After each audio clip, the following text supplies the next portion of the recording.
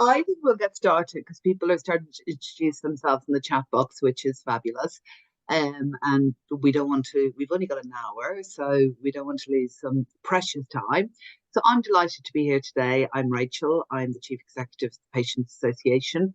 And thank you all for joining us. And I'm delighted to be joined by Christiana Melam, who is the Chief Executive of the National Association of Link Workers, and Marie Adams, who is a social prescriber, and Susan, who is a patient and is working closely with Marie. So we will get a lot of experience today.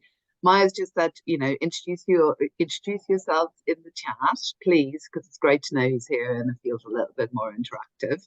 And obviously there's question and answers, so please do put your questions in there, and we'll do our best to get to there. The webinar has been recorded so that we can use it again. And closed captions have been enabled. And we just ask you not to take photos or screenshots of the speakers, please. So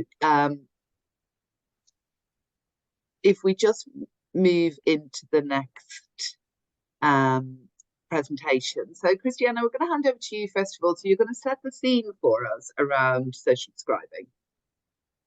Fabulous. Thank you so much. And thank you everybody for your interest and for joining us. So we're here to discuss social prescribing and what is in it for patients. And I've just got a few slides just to set us off to where we are and how we actually got to this point. So if I can have the next slide, please. Okay. So social prescribing is something that is quite global now. So it's not just a conversation we're just having in England or a conversation we're just having in the UK. So the World Health Organization has developed a toolkit on implementing social prescribing. And I think that this definition sort of like captures what it is about. It is about a holistic approach to healthcare. It promotes community-based integrated care, and it helps to demedicalize health service provision. And one of the things we'll bear in mind is after the NHS was created in 1978, the way the primary health care was then created. And the reason why the primary health care was created was basically some of these, because we needed to have a place where we focused on more prevention, empowering people to live their best life, and the community-based care as well. So this quote, just think about that: holistic, community-based, integrated demedicalization. Next slide, please. So I don't need to, this is quite very self-explanatory. So we did a survey with the National Association of Patient Participation. We just wanted to find out from some of the PPG members what they just thought social prescribing link workers do. And there were a range of responses, but this one just sort of like stood out: helps those with problems that a pill will not cure. And if you look at the way and the reason why we've got general and why we've got primary care, so general there means holistic, isn't it? So general there means whole. So that's where we're going for the holistic and for the whole. So what's been happening is that we have not got the proper mechanisms to be able to treat that whole. And then when the patient is genuinely attending for, because basically when a change has occurred, you go to the doctors, isn't it? That's where they say we should go. So a change has occurred and you go to the doctors. That change might be as a result of something social. It can be as a result of something medical. And then we go to general practice because it's about the whole person. That's where we go. So next slide, please. Now, how did social prescribing sort of like come about? Well, it's not anything really new. It's very much grassroots. You have patients that you organize themselves, have support groups, you've got PPGs, you've got the voluntary and community sector, you've got some GP practices that we're seeing that they need to treat the whole person and that we're identifying their met needs. There's a recognition that the factors that affect their health and well-being, it's not just about medical, it's also about the social and the wider determinants of health. So there is an evidence base for that in terms of what constitutes health. So the good news is that in 2019, it became fully integrated into the NHS via the introduction of the universal personalized care model. So that introduced Marie's role and other social prescribing link workers' role. You can see some of them in the chat introducing themselves, which then meant that we are able to have access to social prescribing link workers in every general practice in England via primary care networks. And what that also enabled us to then do is just making sure that they are part of the healthcare team, part of general practice team, so that we're then treating the whole person and you're not losing the continuity of care. So that model introduced choice and control. So it pushed, the notion. I mean, it's not new, because even when primary healthcare was created in 1978, it's always had patient voice. It's always had shared decision making. I mean, patient association is about 60 years old, so you've probably been on this for as long, but the NHS, they're just battling and struggling with shared decision making, patient voice, not being able to really make a lot of progress. And that's the reason why I'm very excited about this, because even my background, I've done patient and public involvement, I've worked with health, I've just been going everywhere and trying to get people to understand that the partnership working is how we can get somewhere. But because it's not embedded and it's not integrated, we've not been able, and all those that are patient advocates and community people, they've not, well, I don't want to say taken seriously, but so this is the reason why I'm quite very excited about social prescribing, because now we are part of the NHS. We can truly advocate for patients, and we can truly champion that shared decision making, and that it also works. Next slide, please. Okay, so then the basic foundation of social prescribing, then, because it is more about prevention and also about self-management and supporting people, and ultimately is about having a support infrastructure to support people within their community. So it's mainly primary care and community care is the main setting where social prescribing takes place. And the way that the model for England in particular is the link worker model that allows the social prescribing link workers work closely with GPs and other healthcare professionals to make sure that people receive coordinated and holistic care, and there is that continuity of care. And I'm sure Marie will tell you how long she's been working with Susan. So this is quite very important, because it's continuity of care as well, which is quite very important to most patients. And they also work closely with voluntary and community organizations to build partnerships and network. They're creating good health and empowering people and communities to do more for themselves and to take control of their health and well-being. Because the sustainability of the social prescribing intervention is the support groups and the community groups and all of that infrastructure that you have that sustains that. Okay, and I think I've got the final slide. The next slide, please. So, and then NLW, well, we are your professional partner. We are the professional home for social prescriber link workers. Like I said, with the national rollout and for this to be embedded within the NHS, there needed to be, some sort of accountability. Because in the past, before 2019, the number of people that were working as social prescriber link workers that we had, we have more volunteers than paid. And this is the reason why this is not an NHS movement. It's a grassroots movement, organic movement. People genuinely wanted to help. And then what then happened was there was a modeling of GP appointment that showed about 20% were for non-medical needs, social needs. So with all this evidence, the Royal College of GP called for the rollout of social prescribing link workers across every general practice. So it's not something that is an NHS idea now. It's organic. You've got Bromley by Bow, you've got GPs, community organizations, you've got patients themselves, you've got community leaders and people who are just passionate, people with lived experience that just recognize that this is something that is important. But in order for us to get to the point where we are scaling this out nationally, we are embedding that into the healthcare service, there needs to be a level of professionalism and a level of accountability and also training and competency that is required just to make sure that we're protecting both the patient and also the workers as well. So this is where NALW comes in to make sure that it is a professional approach and the workers are acting within their code of practice and have got adequate training to make sure that they're doing what they're doing. We are also very strong on advocacy for both patient and our members, because the people that they support, they've got the views. One GP was saying to me that their social prescribing link worker has got the most time with their patients, more than even clinicians. So therefore, there is an amount of information and knowledge. They understand what the needs are, and therefore it's important for us as an organization to also make sure that we're advocating and working with partners like patient association to make sure that we're also sharing that as well. And most importantly, taking down the labels and stereotypes. Some of our members, they've got lived experience themselves.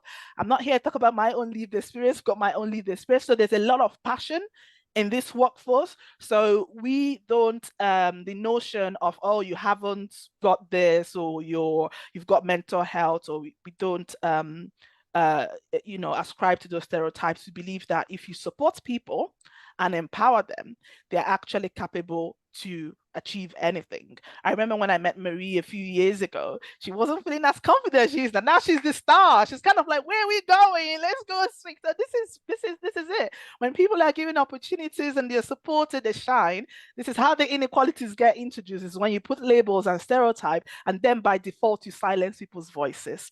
And this is why it's special, because when we work with people, we are activating their assets and making them to not accept defeat.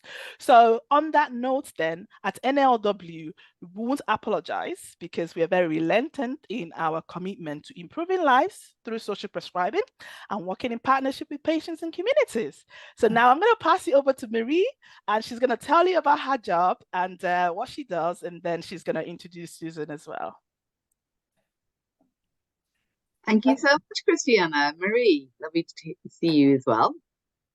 Thank you. Well, following that, So what Christiana said, so for me, I will tell you that, so I've always had an underactive thyroid. So when you're learning at school, school doesn't really understand health issues as that well.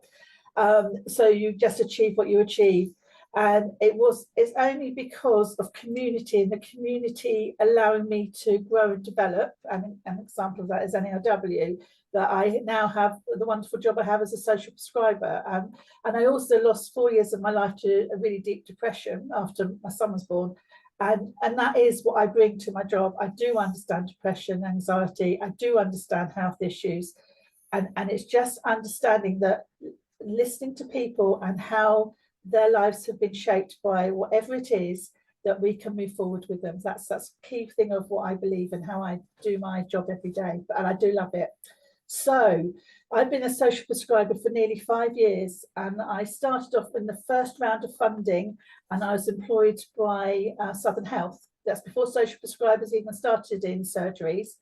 And I remember going for an interview once for a different job in communities, and they said, the job you need is this thing called social prescribing, which is coming up.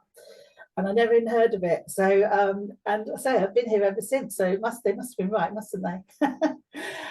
When we started, there was loads of organisations and groups that we could refer people to, and everyone was enthusiastic, and everyone had a support structure. And then was about 14 months of me starting, COVID hit, everything closed.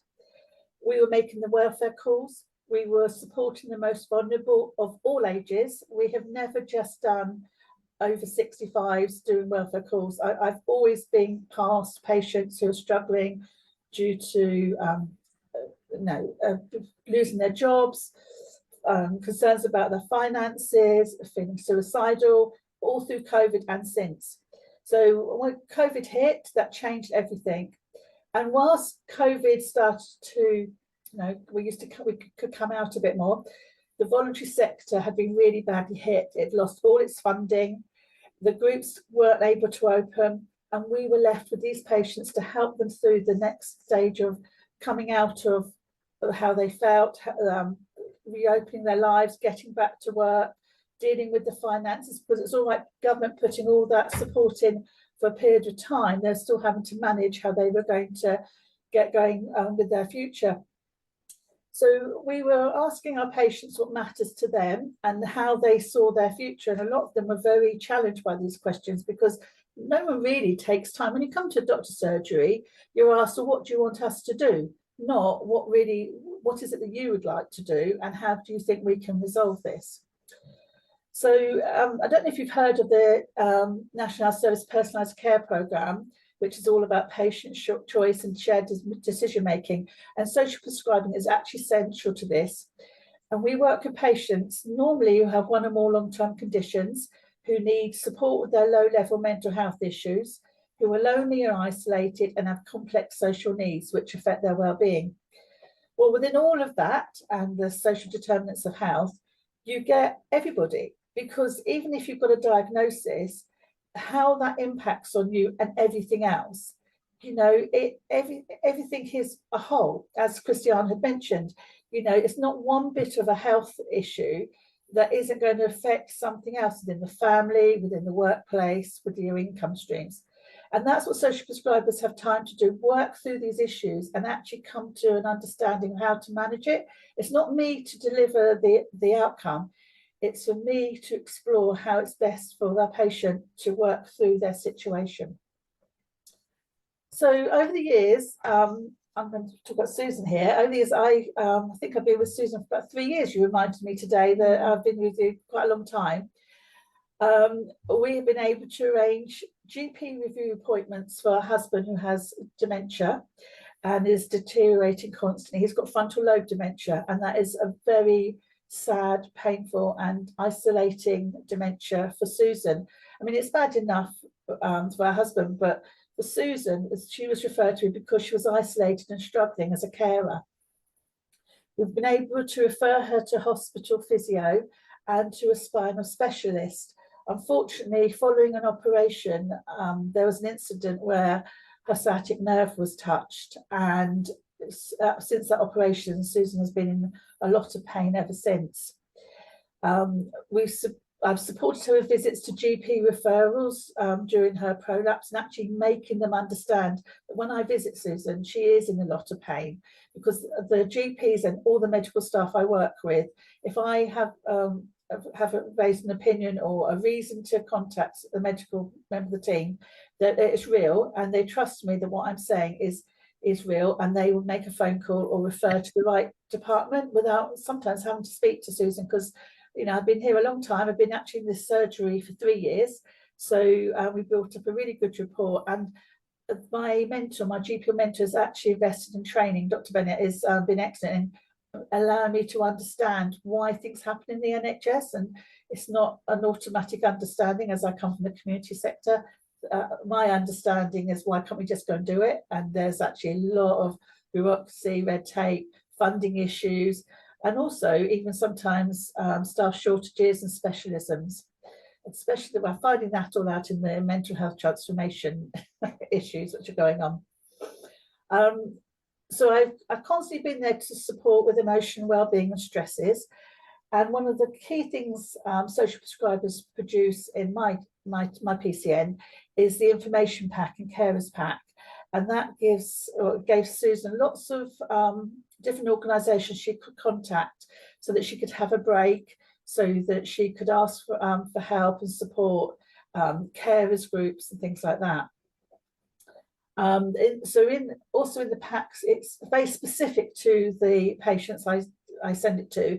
So there would have been a self-help pain management booklet, carers information booklet, as I've said, local community groups, exercise groups, because I believe that exercise and breathing is absolutely key to dealing with your health issues.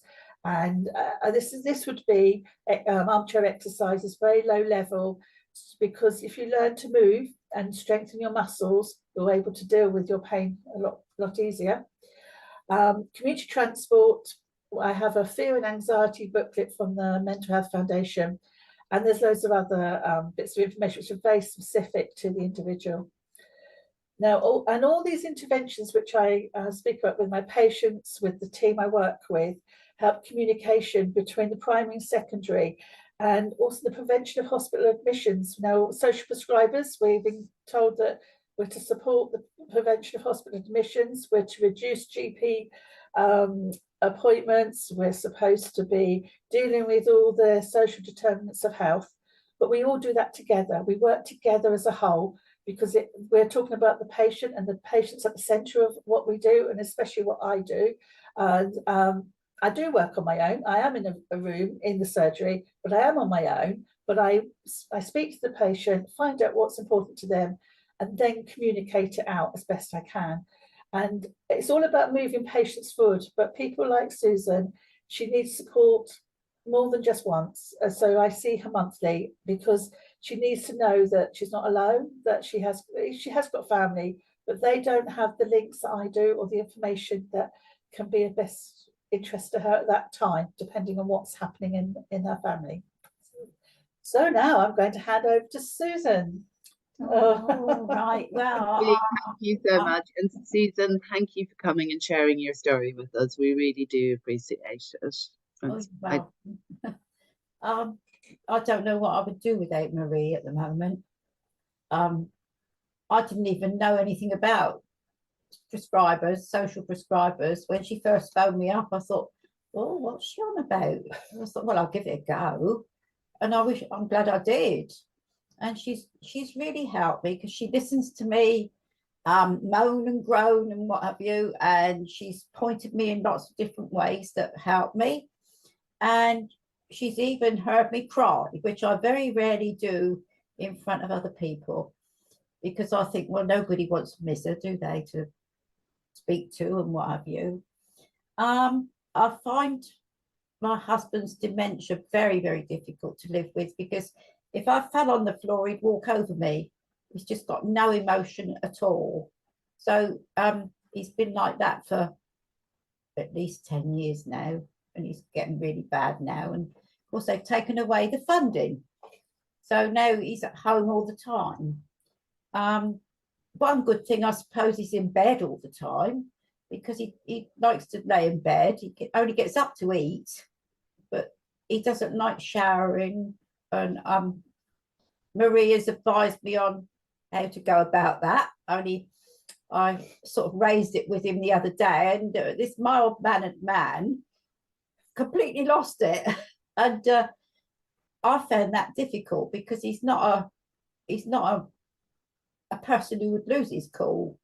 But the thought of somebody showering him, so she's suggested that I do the ticks on the thing. If he gets so many ticks, then I won't get anybody in to do it. So I'm going to try that.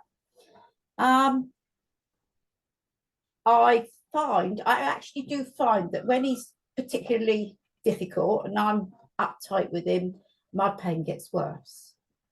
So I'm now going to start trying. I saw somebody about my spine yesterday or Tuesday, and she gave me a link to a consultant online, and all I've got to do is say, I haven't got pain, I'm not in pain, and just keep on saying it. So I'm going to try that and see if it works. If nothing else has worked, so I'll give that a go. I do find if I go out, it helps, because I'm out of the house. But I don't know what I'd do without Marie. I mean, she came in with this folder of things that I could go to, and this, that, and the other, which I did belong to a lot of them, didn't I? But they all disappeared with the COVID. And now I go to the pain, Friendship Through Pain, I should say. I call it the Pain Club, which there's such a kind lot of people, because they're all in pain, and we never talk about pain. So it's really lovely to go there. I've been there this morning, actually. And I don't know why more people don't go to these things that would help them. But it's as if to say, oh, I don't want to go. I don't want to go because, well, that would be admitting that I need help. But I'm afraid I'm one of these people. If I need help, I'll go anywhere to get it. And Marie has really helped me. I don't know what. Well, I don't know what I'd do without her.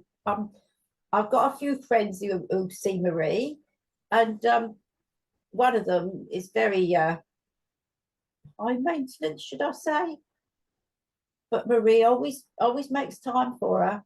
And my friend tells me all this. I mean, Marie doesn't talk about it to me because it's not the thing to do, is it? But she's got her a wet room. And what else? Oh, you've got lots of things, haven't you? Attendance allowance and oh, goodness knows what. But which she wouldn't have been able to do on her own, and which is very kind of her. She's got, I mean, luckily, I'd done a lot of this, because I used to go to Alzheimer's Club. Husband's not got Alzheimer's, but I didn't discover that until nobody was talking about anything like I experienced. And I said one day to this consultant that came, and she said, she said, I'm so sorry for you, because that's the worst one for the person that lives with them, because they just don't care about you. So I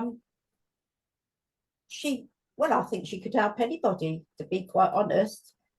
And I mean, I've written on the end of this. I've recently tried to fill the form in to take a break, which they give you some time. But every time I got to the bottom, it went back to the top again. So who did I ask? I've asked Marie if she'll help me now. And I'm also looking into having, as I said, help for my husband to have shaves and showers.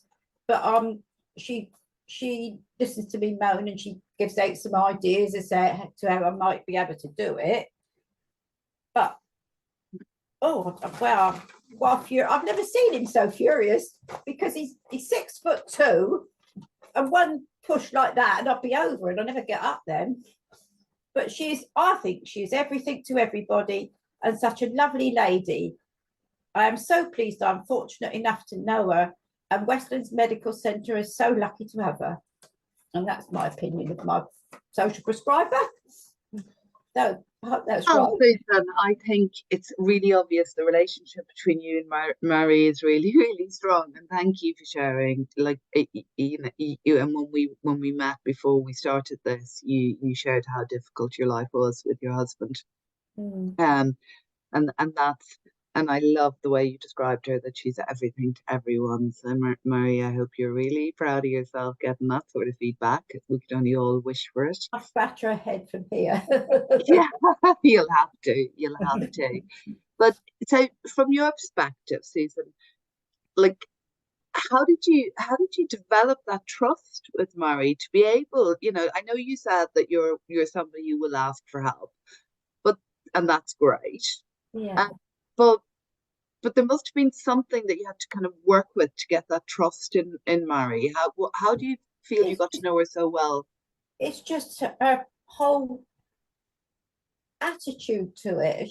She's just like a friend when she comes in. When I first met her, she just seemed like a friend, and I felt I could tell her anything. And she used to write things. I'd see her write things down, and I thought, I wonder what she's writing there, because she's obviously heard something that I didn't know I was saying.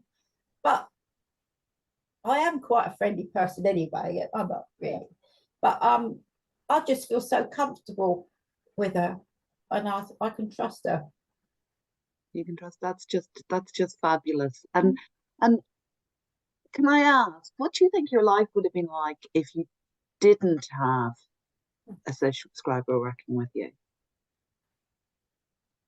Unbearable, to be quite honest, because I've got friends I can talk to, but not to be rude, they're not as brainy and understanding as Marie, and they don't understand it.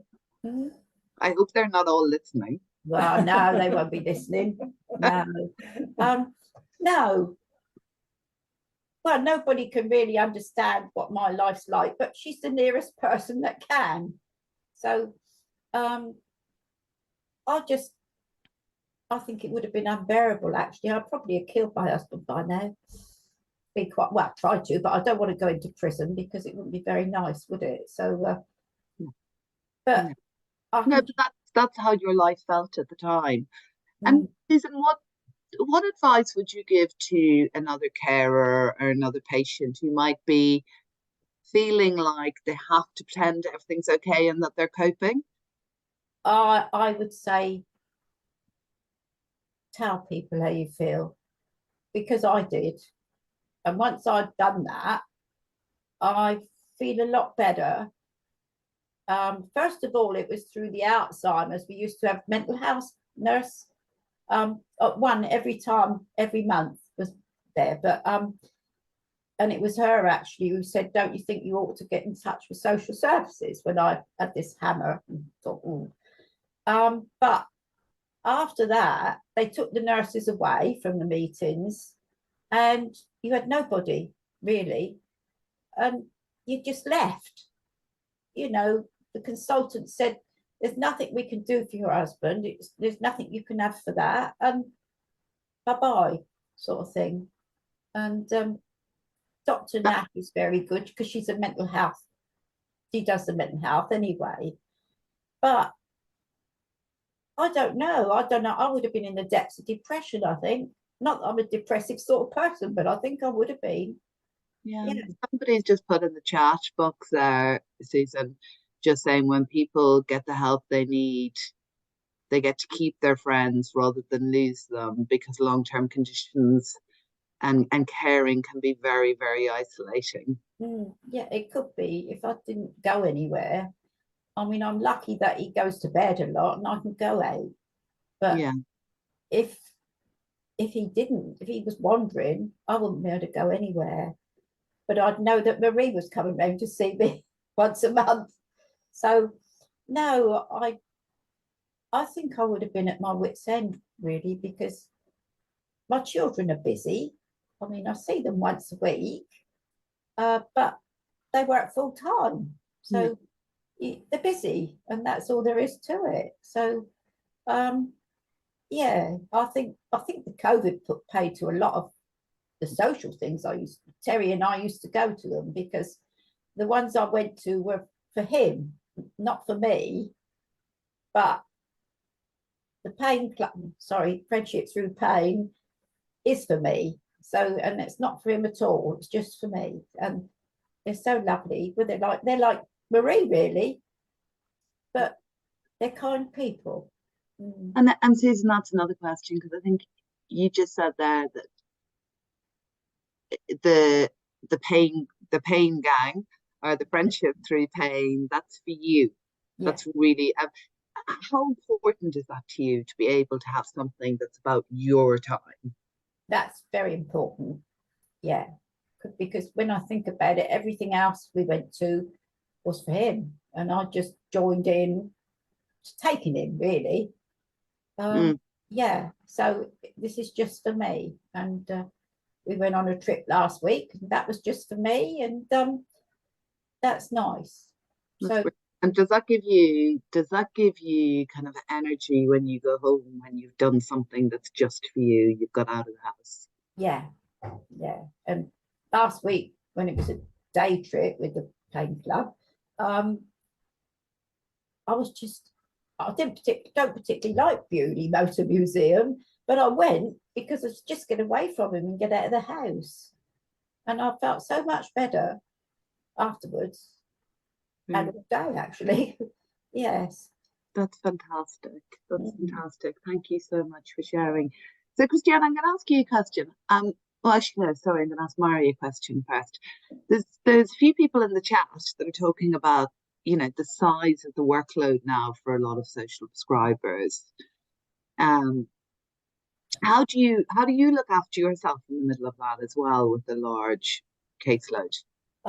Well, I in my 5 years, I have been burnt out twice for various reasons, and especially the working from home. I don't work from home now. Some of my colleagues do 1 day a week. I can't work from home because that makes it feel like everything's on top of me. I don't have any space then. I don't have my space. So I do work from home. I'm not. We're all crazy social prescribers. You know, take it home at the weekends and whatever in our 5 minutes. But I don't have a day where I'm at home making phone calls, so that's my personal space. I've had lots of conversations with my mentor, and he just tells me not to worry about my workload. My workload will always be there. In primary care, he told me, there will always be another patient. So I'm sent there's lots of different ways we get our referrals as social prescribers. Some people get a form.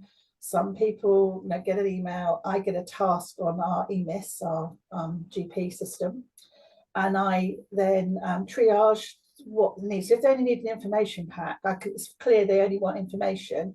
I can really do them very quickly. And if they need a home visit, I can make that in a week's time, and I assess the need. So I do triage.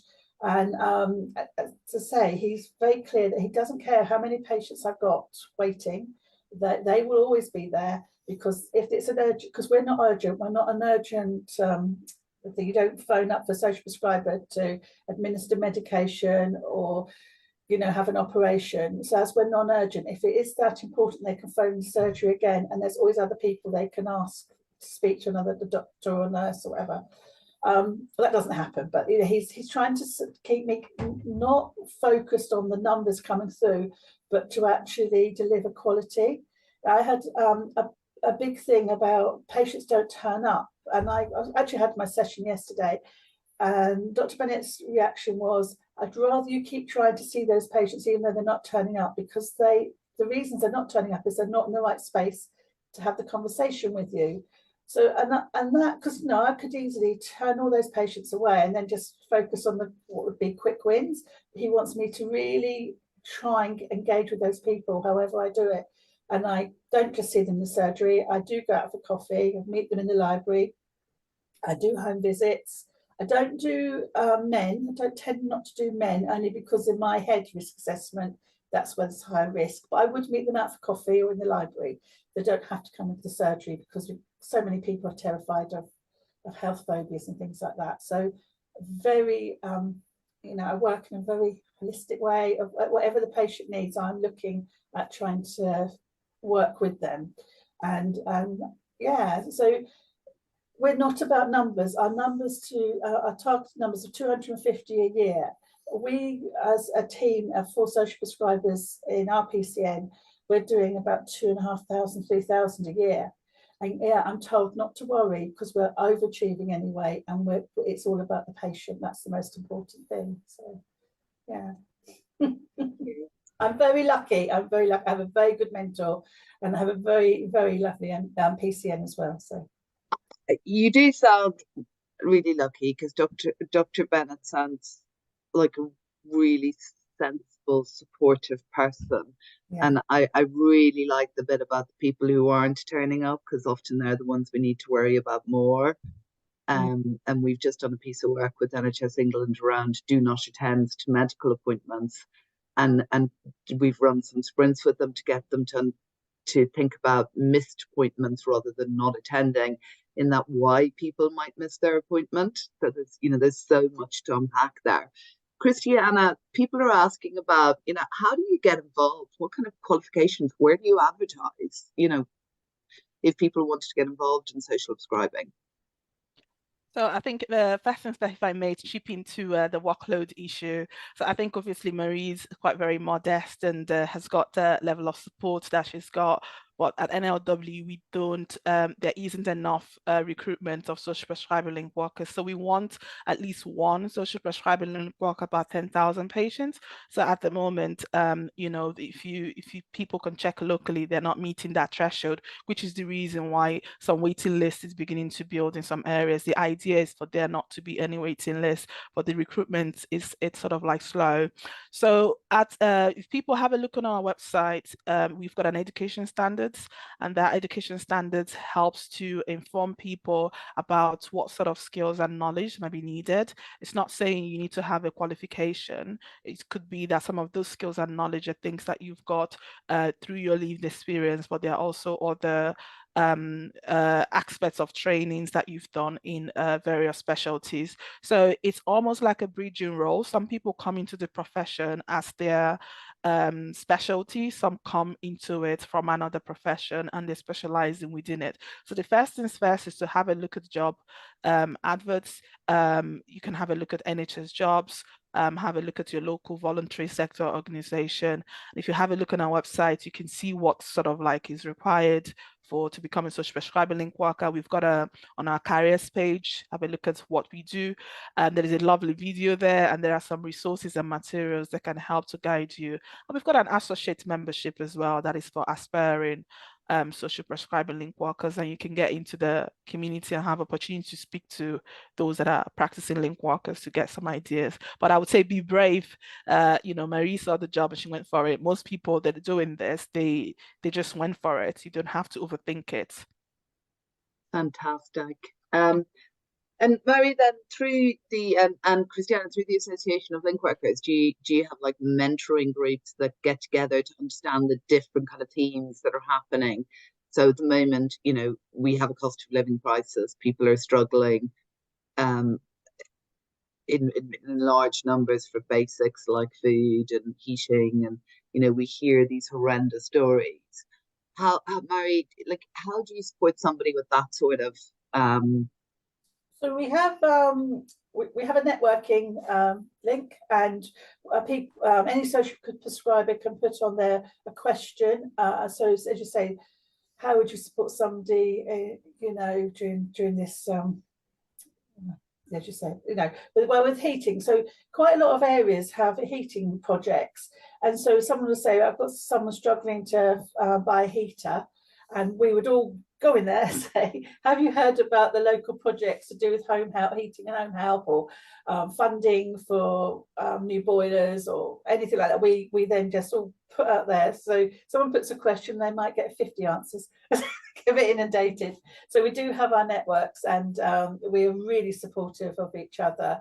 And they're all at different levels. They've come in just as a day one social prescriber, a bit nervous and a bit inundated. And then we have, you know, people like me and some of the leaders who've been doing it for a few years. So, yeah, there's quite a range of experience we support people with. Yeah, it's really interesting. It's lovely being able to feed in your knowledge, because no one challenges you. No, there's nobody asking you what you know and how you know it. So to be able to share it, we normally just share it with the patient at that one time, and then we were doing on something else and something else. So it's really lovely to be able to support each other. And I think that one of the points that Marie also raised when she was having her talk was also about the COVID. I think Susan also raised this in terms of the impact that has had and how things has closed down. So what we're beginning to see, some social prescribers are holding people for longer because all those support infrastructure they've got. If you have a look at my presentation, so I was saying they work alongside this community support and those that provide some of those capacity building. So therefore, within their role, then how they contribute to reducing health inequalities is also by identifying those gaps. Because as Susan has said, is nobody's giving her time to understand the challenges that she faces and what matters to her. How do you then know what support in the community that she needs? So they do have a role in identifying gaps. And one of the things we increasingly want them, therefore, to then have a voice, integrated care systems. This is the reason why I was saying the patient advocacy bit, because during COVID, a lot of the groups that we are supporting the patients have all gone. And also, even as they do their work, the more that there are gaps in provision and they're not having a mechanism to feed that back. Sometimes you get some provisions that is a duplicate. So why are you just funding duplicates and there are unmet patient needs? So what the role is basically doing is identifying the unmet patient needs so that they don't deteriorate. Because what then happens, like as Susan has said, is she's not getting all the support. She might get seriously ill and then she goes to A&E. So in a way, it's helping people to be able to rehabilitate and be able to manage their conditions better in the community that avoid them going into hospital as well. And I think that the community resource element is quite very important. One of the things to also bear in mind is that this is not a prescription model.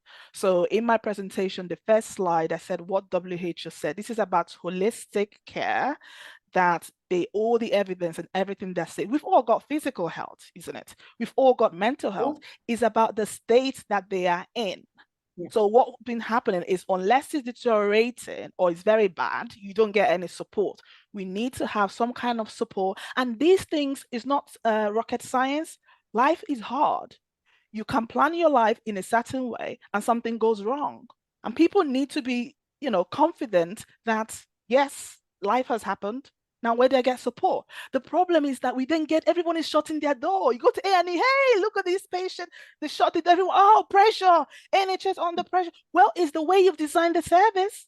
It's the way you've designed the service. It has to be holistic. You need to recognize if somebody's feeling isolated and lonely, that it does have a correlation with the other long-term condition that they have. You need to understand if somebody doesn't have food, if all these things are actually happening to them, they don't have proper education, they don't have access to healthcare, these things impact on their health and well-being. And what you don't need to do is to medicalize that or dismiss that as worried well. Well, if you dismiss that as worried, well, what you're just doing is allowing the thing to build up. So there has been a lot of, so what we're trying to do is to remove those barriers that is preventing people from being able to live well.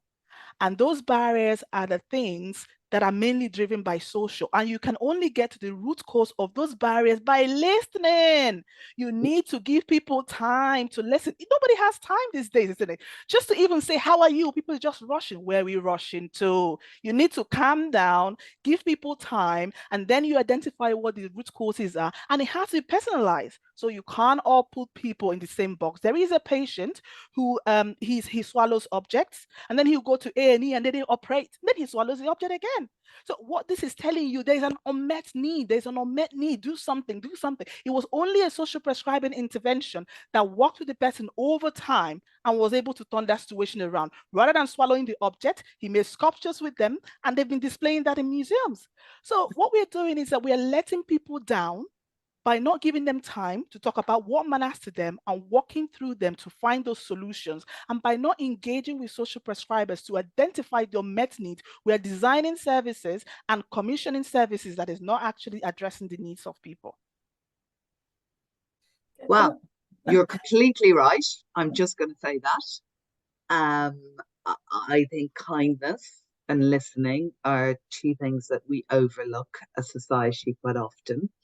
And I worked in palliative care, children's palliative care, before I joined the job I'm in now. And the one thing we talked about was living life to the full. And I think that's what social prescribing helps with. Because I think, Susan, that's where it's given you energy, hasn't it? I can see it in the way you talk about it. Yeah, yeah. I mean, my children, they'll say, "Oh, how are you?"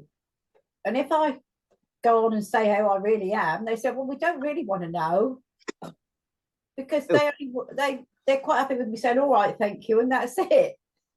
So, and I know that, so I don't even go there anymore. But I know Marie means it when she says, "How are you?" So, she wants you to tell her the truth. I think you picked on something there, Christiana, and I want to ask you, Marie, about it, because I think it's about a team working together. So you work out of a GP practice. Yeah. And you probably have some great receptionists and some great admin staff and some GPs and some practice nurses and that wide range of people. And talking to Bola, who's director of inequalities, she said often it was walking out and just saying to the receptionist, Susan didn't seem herself today. And without breaching any medical confidentiality, she said she learned, or the receptionist would come in and say, Susan wasn't in great form when she came in this morning. She wasn't chatting. Is that really important within a practice, that you all work together and kind of try to pick up on those? Absolutely, because if we're not working together, if we're not talking about the patients which come through the door and identifying different things, we're not going to be able to explore what the real reasons are. And they help to inform my conversation as much as I help to inform their conversation. And the more information we can share about a patient, the better it is. Now, the GPs are quite rubbish at putting the right amount of information in the notes, but our information, is like a whole A5 sheet of paper that I get from every time I see anybody, because I put in everything. I can't remember every patient, so I've put in about family members, about the dog, about where they've been, what they plan to do, as well as anything to do with their health. So that I put it in sections, so the top is always the health bit, but then all the other stuff, because that has an impact. So if mother-in-law's not very well, that's having an impact on if Susan was depressed, how she's feeling, how she's dealing with things. If that person passes away, that's an even bigger impact on that house. So they're just very simple illustrations. There's much more in depth than that. Absolutely. And I mean, one of the things Christiana was talking about, working with people and stuff. I since COVID, the biggest thing I know, we had a job description before COVID, which said we signposted people to this and that. And that's our main role. We don't ever call me a signposter. ever call me that. I have learned to help people through training. Anybody under the age of 10, there's very little provision for them. So I've used all the CAMS resources, and I support children and their families with information. I am able to work with people who are talking about suicide, because it's an option. I've discovered this, an option, because they don't know how to deal with their situation, to come up with better ways of moving forward, living and dealing with situations. I know, trying to identify people's triggers. These are on the edge of clinical, but they're non-clinical, because all this information, and trauma, I'm absolutely passionate about trauma. Childhood trauma is amazing. If you can find out a patient who's got childhood trauma, who you signpost them to will have a better outcome than if you just signpost them to anybody. And understanding all this and the skills I've developed and how I work with my patients, I'm still having a chat with them. They have no idea that, I'm doing is having a chat with them. And I'm putting out all this stuff in my chat, and I'm then giving them the relevant people for them to contact, or for me to make the referral with their permission on. And I don't just give them a range of information, because that's not a strong outcome. We have to do strong outcomes, or what's the point of the time and the cost if we're not giving a good, strong outcome for the patient, who then has an outcome that they're moving forward with. So, and that's a whole difference since social prescribing started and where we are now. And that's why we're doing the accreditation program, well, not me, Christiana's doing the accreditation program of the NALW, because we have moved so much forward, and we're using so much more information to inform our practice, and that's a really positive way to go, because we are the bit in the practice which makes a huge difference to certain patients. So yeah. And Christiana said we are all like the gel, aren't you? Gel in the practice that's looking beyond. We need to move to outcomes, and I'm so glad you just talked about outcomes there. Then, Christiana, is there a national kind of guidance for how somebody can refer themselves for social prescribing? So in England, there is universal access. So it's primary care network. So most practices have to join a primary care network.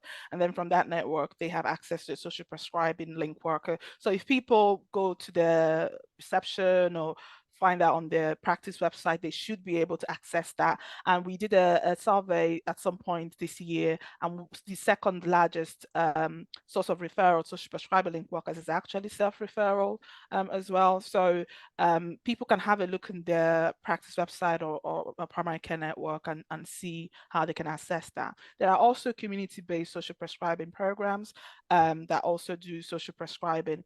But I think what I really, really like is that in order for us to be holistic, I'm quite really keen on the continuity of care, and that we're embedded and being part of the team. This is not to say it's easy, and this is the reason why we are working with partners to promote this, because what Marie is doing, and you can see the impacts it's having on the patient, you have people that are the way they work, it's, the power hierarchy, and they've been conditioned. I don't want to say agents of the state, because some people are kind of like, what? So they're not able to be as flexible and working the patient in the way we are working, and it's personalized. So what you find, some social prescribers are loggerheads. So it's kind of like it's a culture clash with some others that are very heavily medicalized, and they're struggling to medicalize that. And then you get some researchers that the way they research is medicalization. Do you know, I heard there's one organization that's researching a pill for loneliness. So that we need everyone on this call to help us to share the message, because this is about transformation that we're driving. And because the system has been heavily medicalized all these years, some people don't understand the holistic nature of what we are trying to do. So we're painting this picture of what is it doesn't mean that we still have a lot of work to do in trying to drive the transformation message. Absolutely. So recently we launched our principles around patient partnership, and how we would like to see the health and care system working with patients and carers. And one of them is around patients being listened to all the time. And that, for me, just fits so much, because I think the whole model of social prescribing fits so much to all our principles around patient partnership, because it's about working together to get the best outcome, and give somebody like Susan the best chance, despite the the difficulties that you're going through with your husband. What's the difference between social prescribing and care navigation then? You're on mute. All right, I'll unmute myself. So if you look at it, so there are various navigation roles that what they're trying to do is to be able to make sure that the patients get the right support first time. So now is the level and the degree of support that is provided. So with care navigation, particularly in GP practice, they will, the person has identified, what they need, and then they signpost them to the right supports.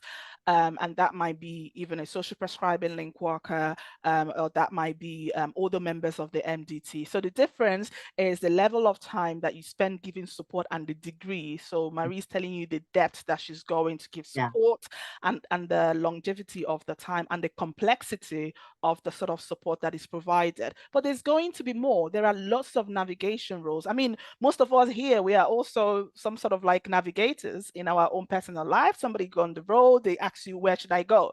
Right, left. These are all navigation. So it's all about the level of support that you're providing, and the time you spend giving support is what the differences are. So there is no kind of conflation there. And one of the things that I really want people to get at is that social prescribing is about transformation. I want people to go back and check why we created primary health care in 1978, and therefore, is it fulfilling all the things that it's supposed to be doing?